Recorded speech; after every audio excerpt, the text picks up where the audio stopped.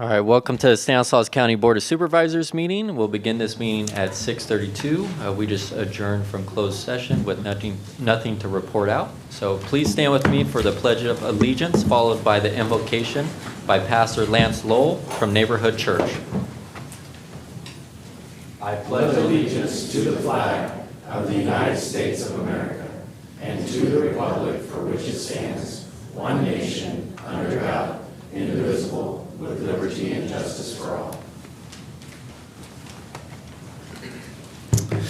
Would you join me in prayer?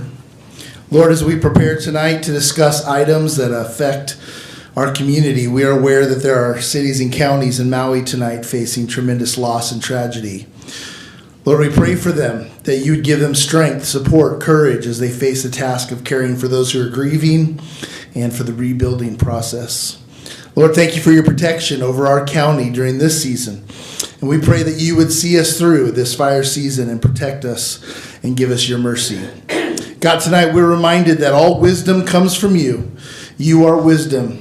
Your word tells us that we should ask you for wisdom when we lack it. So tonight, Lord, I pray wisdom of God for each of these board members as they make decisions, wisdom for those who are presenting, wisdom for community members as they participate. You have blessed us with a great community in this county, and Lord, we need your wisdom and discernment to steward it. And we are convinced tonight that as we follow your guidance, we will be blessed. We pray these things in the name of Jesus. Amen. Amen. Thank you, Pastor. All right, moving on to our public comment portion. Public comment is a time for those in attendance to speak on items not related to the agenda. Please state your name for the record. Direct all comments towards the dais, and so that it's fair for every speaker, keep your comments to the 5-minute time limit. I do have some comment cards here tonight. Our first comment card is from Abigail Cahoon and the 4-H students. Abigail, good evening. Thank you for being here tonight. Hi, my name is Abigail Cahoon. I'm a 4-H leader with the River Oaks 4-H group. And this summer for our horse group, well, actually for the whole county horse group, we put on a horse day camp. And we went out to Woodward Reservoir, and we have ranked some of the kids that attended, and they wanted to say thank you for allowing us to do that. Awesome. I'm Sasha Chapin from River Oaks 4-H. Thank you for letting us do that. Of course, Sasha. Thanks for being here tonight. We actually have a thank you card. Oh, that's very nice. Thank you. My name is Opal Cahoon. I want to thank you for supporting us and helping us do this, because a lot of the kids are very thankful that they had this experience the past week. Awesome. Hi, I'm Ryan Curry, and I'm from River Oaks 4-H, and I just wanted to say thank you for helping us out and helping our group. Thank you, Ryan. Hi, I'm Shelby Curry, and I'm from River Oaks 4-H. I just wanted to say thanks for letting us do all the fun stuff that we've done. Thank you, Shelby. Hi, I'm Rosalie Cahoon, and I am the horse leader in River Oaks 4-H, and we really appreciate your support. Awesome. And I'm Jennifer Chapin. I'm one of the co-community club leaders for River Oaks 4-H, and we're on the Stanislaus County 4-H Horse Project Horse and Leader Committee. And we all would like to say thank you very much for supporting us in our horse project. Thank you. Awesome. We appreciate our 4-H students. Thank you for such an incredible program and all the work you're doing. Next speaker card is for Diane Cruzy. Diane, good evening. How are you doing? I'm fine, thank you. I'm from Modesto, and hello, everybody. I'm here because I'm an advocate for the homeless people, and they read, considering the position they're in and what they don't have, they really need all the backing they can get.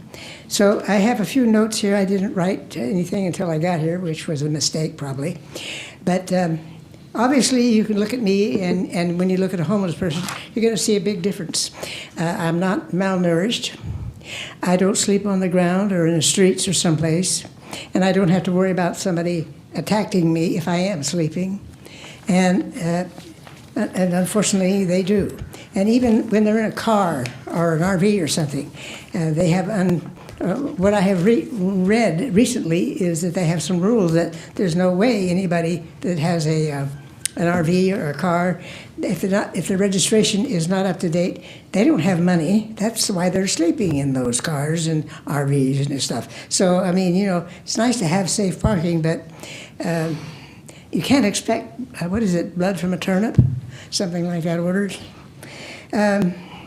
You all know the conditions they live in and the fact that their basic survival is looking for food, medicine, and probably not medicine because they're unable to, they can't afford it. And unless they're lucky enough to be somebody that the Salvation Army or one of the other places will take in, they don't have access to any of that stuff. So what they all need is help. It's not an issue that you should be ignoring or pushing aside. It affects all parts of our society.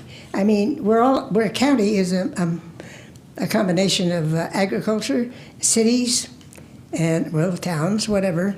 And what one thing affects one, like in Modesto, it's going to be all over. We know homeless is not just here, it's everywhere.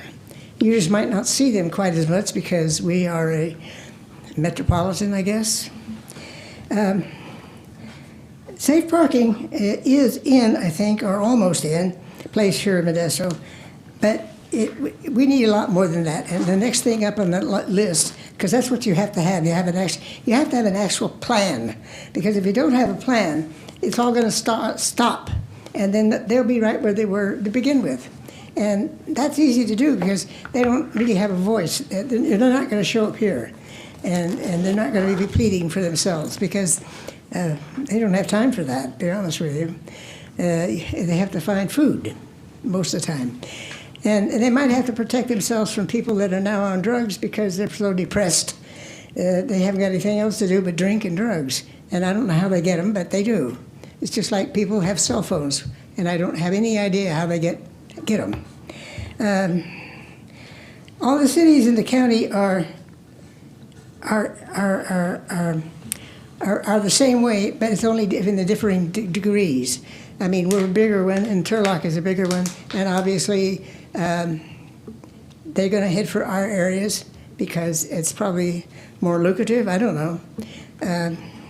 I can't imagine folks trying to figure out where in the heck I'm going to sleep every night because, and that's the next stage is safe sleeping. And safe sleeping doesn't mean a whole lot, except it means that when you go to bed under a tent, which is the plan, hopefully, if you go to bed and in a tent, and you'll be in an area that is monitored, and nobody's going to come in and attack you and rob you, and things like that. Things like you and I never have to worry about most of the time. We have security systems, I think, and maybe bars on the doors and windows. So, they live in a whole different world. I wish it was the normal thing.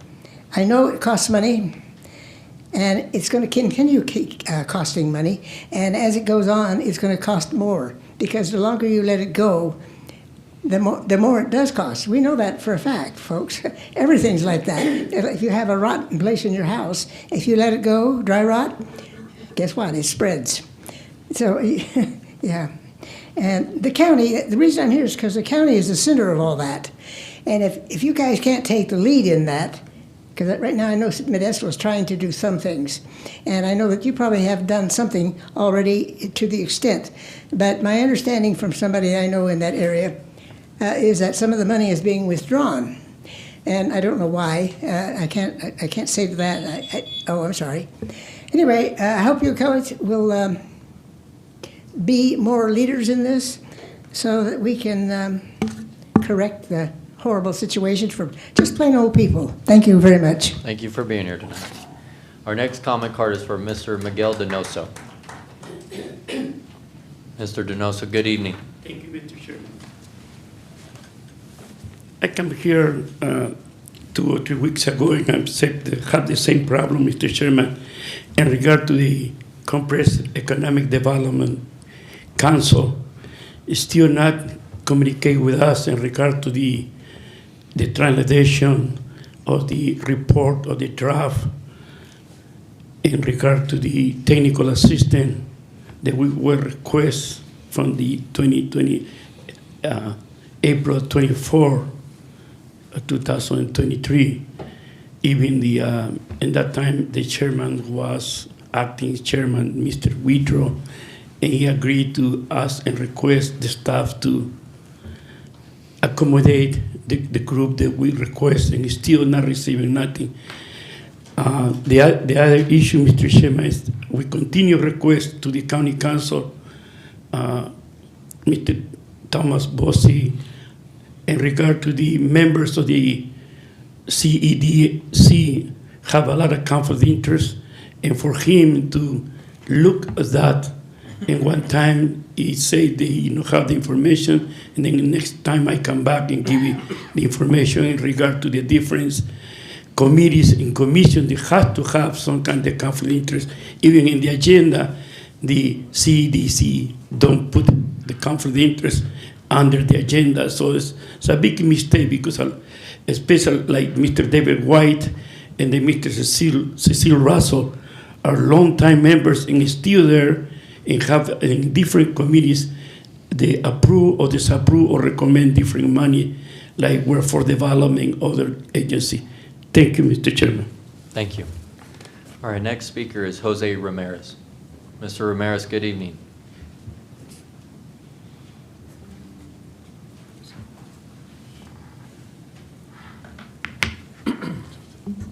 Hello, Mr. Chairman and members of the board. I'm here representing Ana Maria Madrigal, who lives at 4600 Service Road. This is she's been trying to address an issue with the planning staff and with county council for some while, and there's been some correspondence that's been going back, more from her legal representation to county council than getting any response. And it was her understanding that there was going to be an item on the agenda, at least in these last two past board meetings, and nothing on this board meeting as well.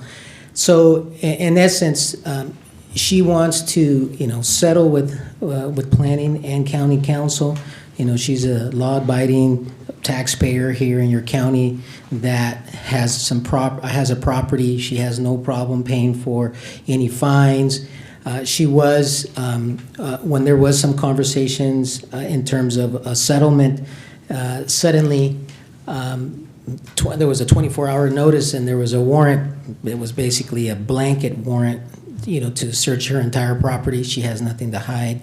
So at this point, she's requesting that that the board, direct the CEO to work with county council and staff to, put an end to this situation so that she can move on with their life, and the county the same. Again, she wants to get all the proper permits. Some people don't quite understand everything that's necessary, and she's not accepting any wrongdoing, but she wants to do everything that's necessary and put this behind her. So we hope that that staff can be directed to work with county council to address this issue. And there was another letter sent by her legal, again, communicating the settlement offer. So thank you. Thank you.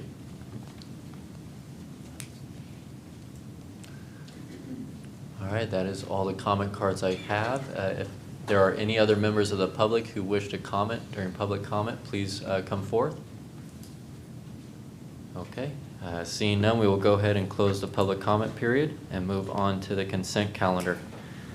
Now, I do have one comment card for item D1, so we will pull D1 for comment. Do any members of the board wish to comment on any other item on consent? Okay, seeing none, we will go ahead and open it up to the public. Do any members of the public wish to comment on any items on consent other than D1? Okay. Okay, seeing none, we will bring it back to the board for action. Motion, Please. a motion to approve all except for D1. Second. Okay, we have a motion by Supervisor Chiesa, a second by Supervisor Graywall. All those in favor? Aye. All those opposed? All right, passes unanimously, 5-0. All right, item D1, Mr. Donoso. Thank you, Mr. Chairman. My understanding is under that request of the housing for the seniors and the veterans was very clear, and a lot of people are very confused in the sense it's going to be units for the mental health people that have problems around that geographic area. And still the question is yes or no, and not too clear by the housing authority of the proposal request. So many people are worried that that unit is going to bring mental health members of the community. They're having problems mentally. And my understanding was the beginning of that proposal, the approval of that proposal was for the veterans and seniors of that geographic area of that community. It's under the area of Mr. Terry Widrow, the supervisor, that his area. So we wonder what is really the recommendation, or what is the input from any department that can tell us the difference.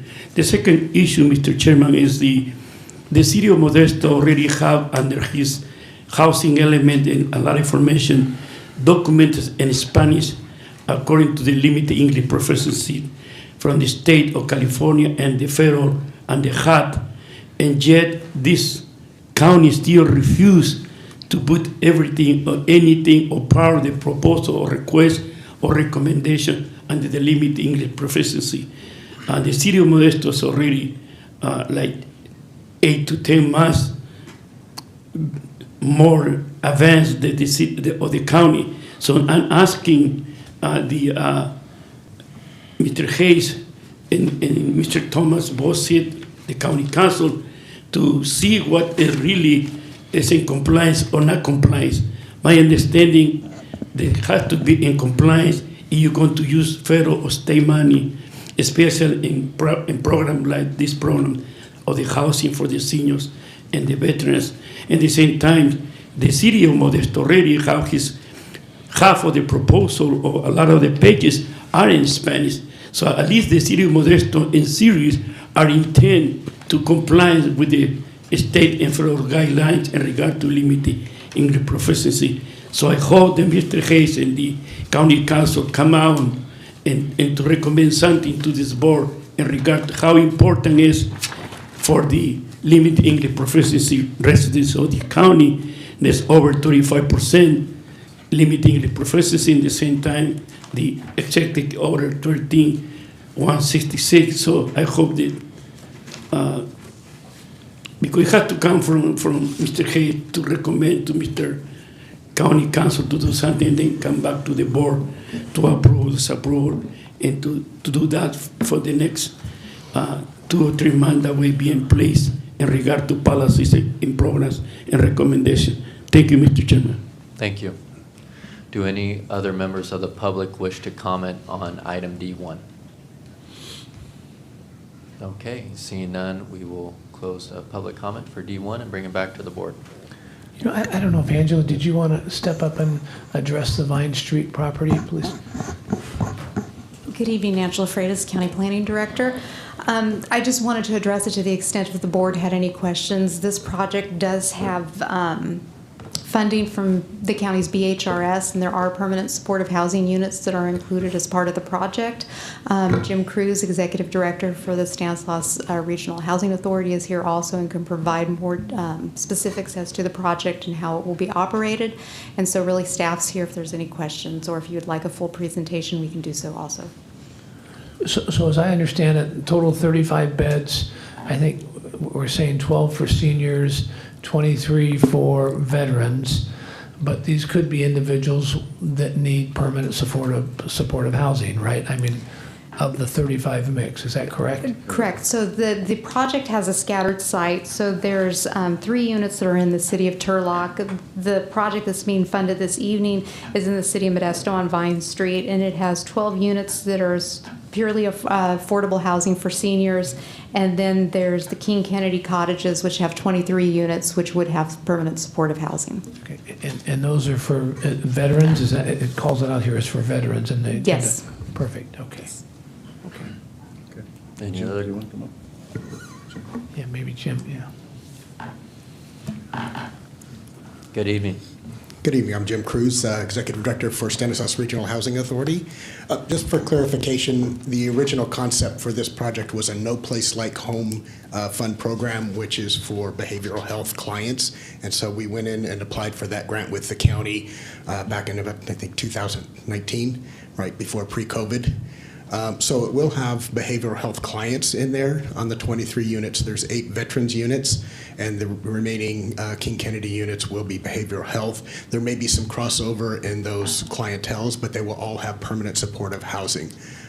This is the plan from the very beginning and inception of the project that the city of Modesto and the county has gone through in previous iterations, and the approval of the No Place Like Home grant when we applied for it. The only change was the distribution of the 23 units from the senior housing.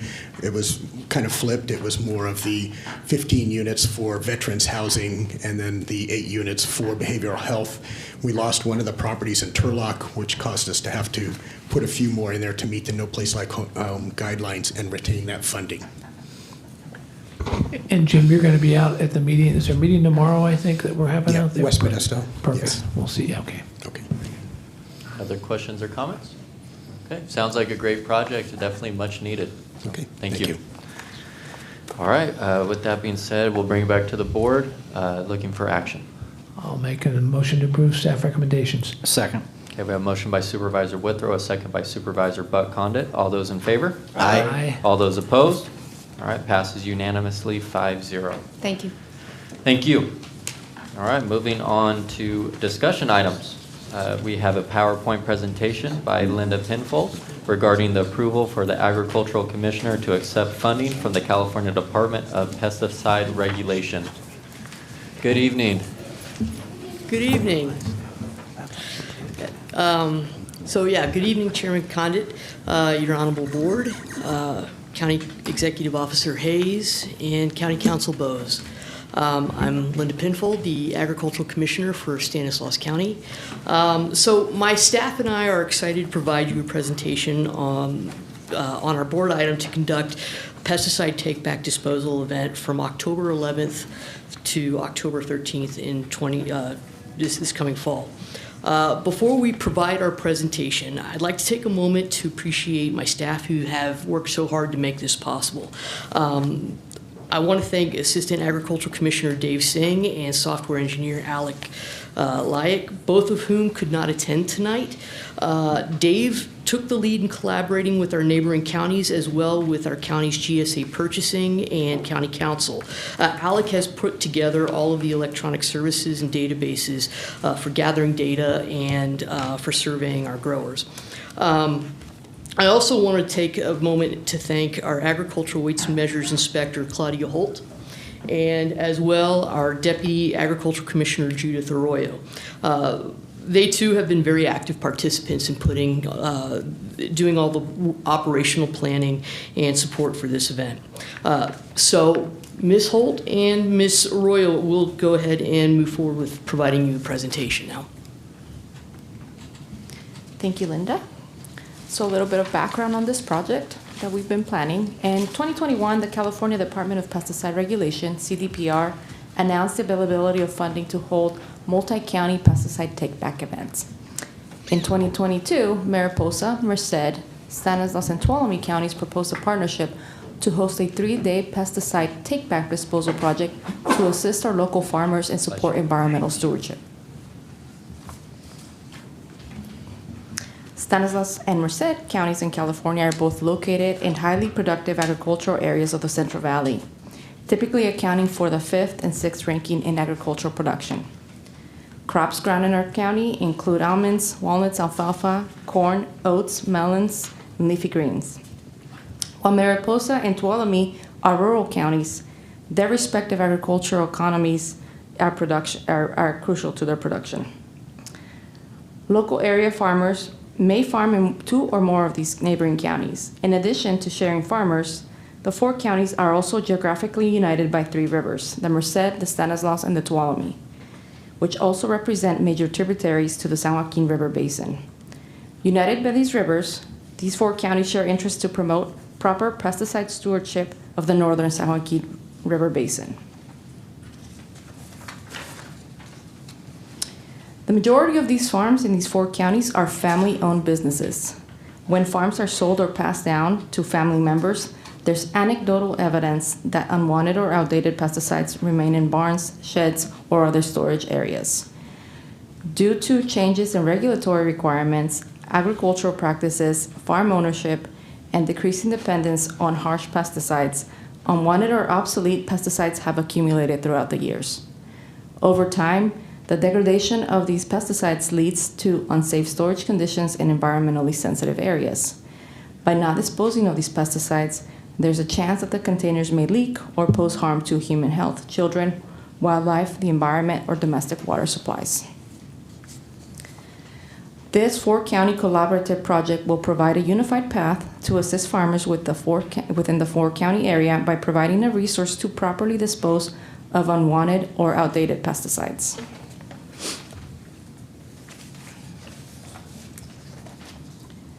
In preparation for this proposal, each agricultural commissioner's office surveyed farmers and growers within their respective counties and identified a quantity of unwanted pesticides. Based on that, a unified proposal was submitted to California Department of Pesticide Regulation. In turn, CDPR issued an award letter securing $200,000 in funding divided up as follows. Mariposa County, $10,000. Merced County, $80,000, Stanislaus County, $100,000, and Tuolumne County, $10,000. There will be no cost to the farmer for disposal of these pesticides. While Stanislaus County has conducted 2 take-back events in 2014 and 2015, this type of multi-county collaboration has not been previously available to local farmers. To carry out disposal in a safe and fair manner, a registration process for those who would like to participate in this event is underway. The grower registration process will be standardized and handled by each local ag commissioner's office. The registration process will include the grower's name, the pesticides to be collected, and the finalized amounts. Sorting instructions will be provided to the growers to facilitate a smooth process on the day of disposal. Information and instructions on alternative methods of disposal will be provided for unapproved or over-the-limit pesticides. Only those growers who have registered their unwanted pesticides are allowed to participate. And in addition, this pesticide collection event is not for disposal of empty pesticide containers or other household waste.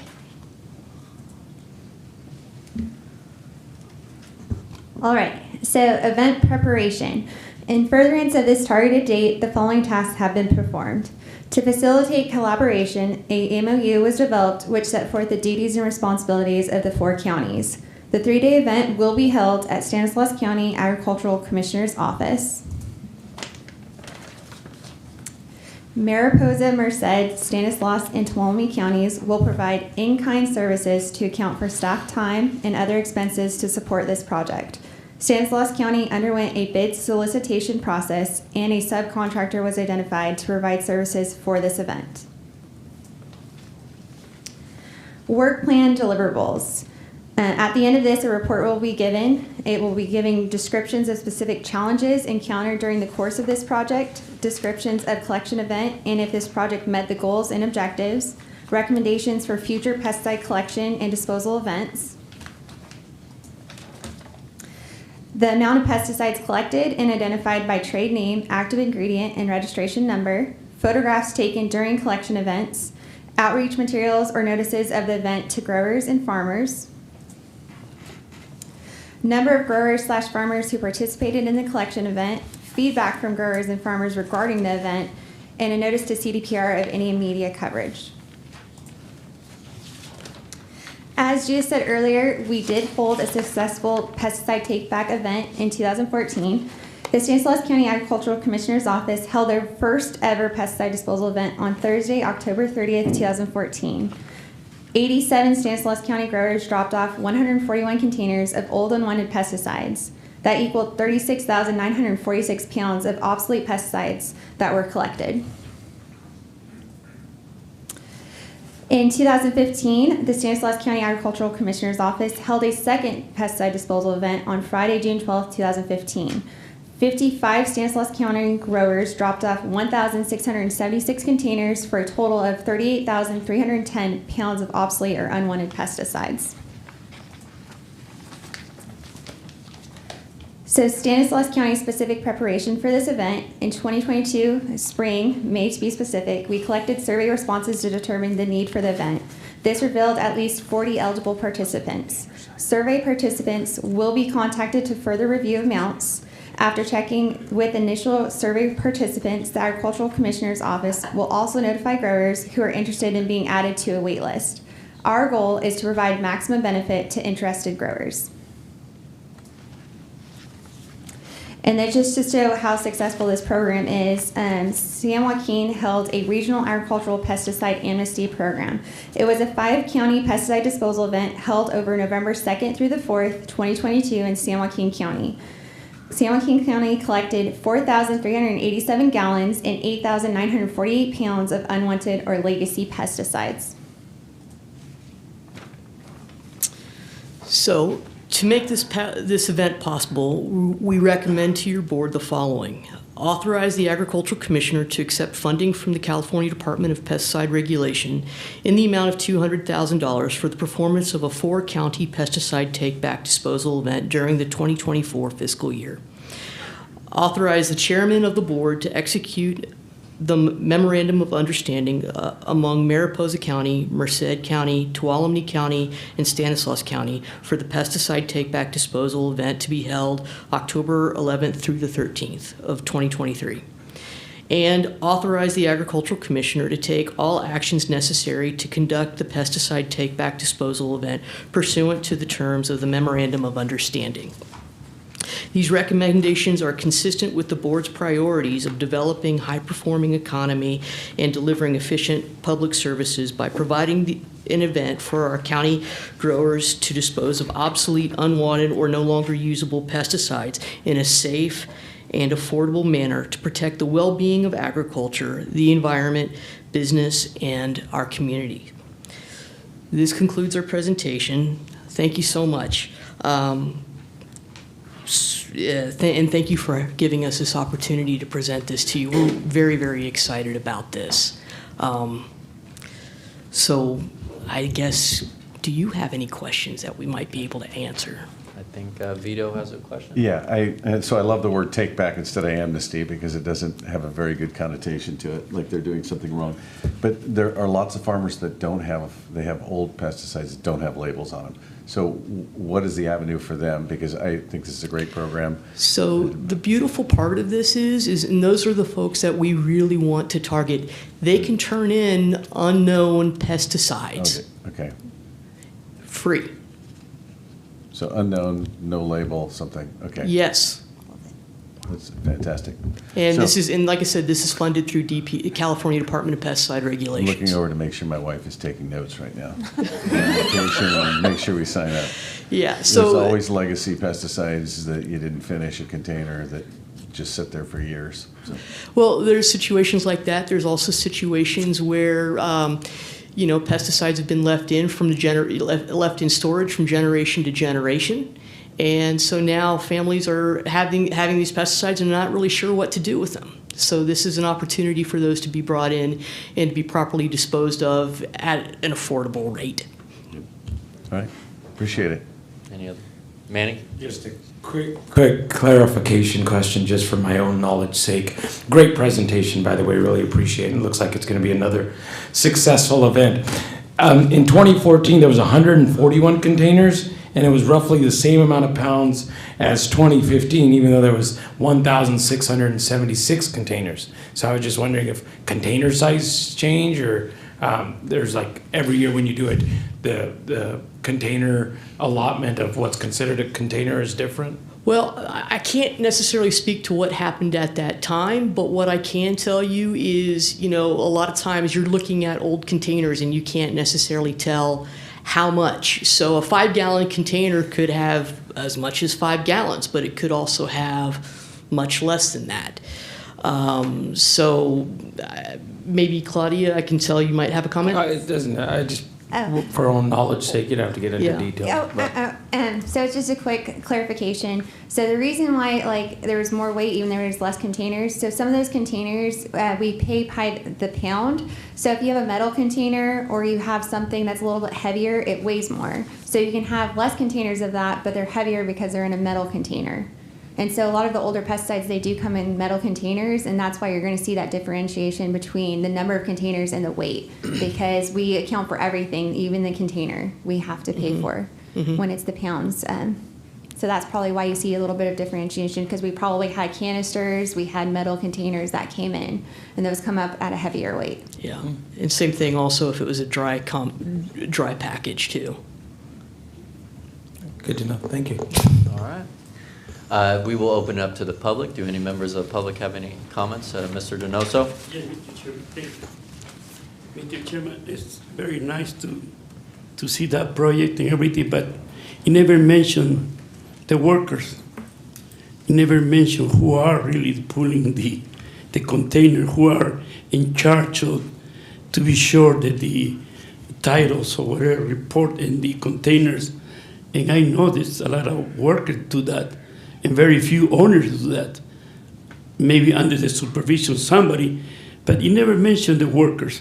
So I wonder what is the apply, what process apply for the workers to be have a license to see the container of the chemical issues there.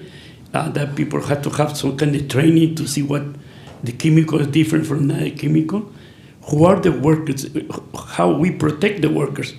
I know the owners are going to do that for sure, and the ranchers and the owners of the different properties. But at the same time, like say family to family, but how about the workers and workers? And to me, I think we're missing that part, Mr. Chairman. Thank you, sir. Thank you. Do any other members of the public wish to comment on this item? Okay, seeing none, we will bring it back to the board. Thank you very much for bringing this program forward, and move it. All 3 staff recommendations. Second. Okay, we have a motion by Supervisor Keyes, second by Supervisor Graywall. All those in favor? Aye. All those opposed? Okay, passes unanimously 5-0. Moving on to correspondence. This board has received the correspondence and claims as noted on the agenda. Acknowledge receipt of correspondence and refer as recommended on the agenda. Board of Supervisor reports. Does any Board of Supervisor have a report this I just evening? want to recognize the biggest part of the crowd is here because of me. And my wife, my mom, and all my cousins sitting right there. Second mom and dad, thank you all for coming there, taking me to dinner tonight. Good. Well, and it is Vito Chies's birthday. Want to wish him a happy 39th birthday. And I hope you enjoy your evening with your family. So very happy birthday to you. Well, Mr. Chair, I just want to take this opportunity. I know they're here for Mr. Chies's birthday, but I also want to tell you my 8 years in public service, the highlights, chronological order, just so I can elongate the meeting so he has to wait longer to go to dinner. All right. Moving on to Legislative Fiscal and Management Report, CEO Hayes. Yeah, just a very quick report to let you all know that we did send a support letter over this last week to support another portion of the county's North County Corridor Project. Our support letter was sent to the United States Department of Transportation for their multimodal project discretionary grant. Just want to make sure you're aware of that support letter going out. And the legislature is back in session this week, so we'll have more to report coming forward. Thank you. Awesome. And we do want to thank Deputy Gingrich for being here with us tonight. Thank you for looking over us. And we will adjourn this meeting at 7:11.